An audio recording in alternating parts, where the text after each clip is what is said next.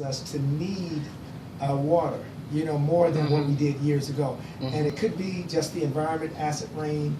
It could be our diet, because I think we are eating a lot more sugars and a lot more salts and a lot more processed food than we ever did in history. And so that's maybe forcing the water. And then we have a lot more chemicals in our food, a lot more genetic re-engineering of our food.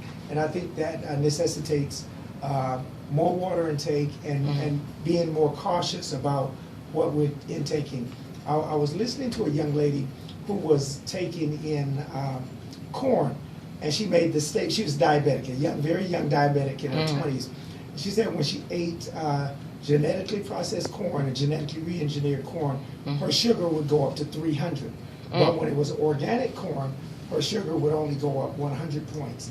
And that's telling about the food that we're eating, because we have more diabetics today than we've ever had in history. And as time goes on, we're finding that people, as Dr. Marcus said, are dying of more heart attacks, and different and unique forms of cancers. So it's definitely something going on. And I know you're talking about what are we doing in our environment, what are we doing in the summer, but it still has to do with food to a certain degree.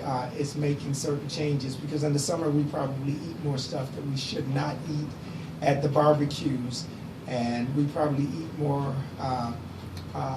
processed. It's just more convenience type thing, because they're ready and available to us. Yes, and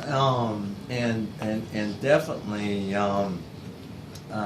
as Dr. McCoy has communicated, the staying hydrated is a very, very important thing. There's probably more people that come into the emergency room, and especially if they're over the age of 50, that get dehydrated pretty quickly. And most people don't drink enough water, including myself. And if I get real busy, a day could go by and I haven't drank a bottle of water. So I think it's very important that if you're on medications, if you have different things going on medically, one of the most important things that you can do is stay well hydrated. Keep water around you. I don't necessarily think that it has to be bottled or otherwise, but just stay hydrated. And the other part of that is the salt. Yes. I mean, if you're watch the salt intake that you're consuming, because if you have high blood pressure, you know that, and you may or may not know, the maximum amount of sodium or salt that you should be taking in is 1,500 milligrams a day. 1,500 milligrams a day. I usually will tell my patients 1,000, and they may go over that, but not 1,500. So, for example, let me give you an example. So, in a tablespoon of ketchup, there's 160 milligrams of salt. So, a hamburger and French fries, and you're probably at about 500 to 600 milligrams of sodium. You're gonna, salt is gonna bring on thirst. If you're not drinking the right amount of water, that could lead, one thing can lead to another, as we spoke about earlier. One thing can lead to another, and before you know it, you're feeling fatigued, and you're feeling like you're going to pass out because you don't have enough fluid in to handle the amount of salt that you've taken in for that day. And your blood pressure is elevated at that point.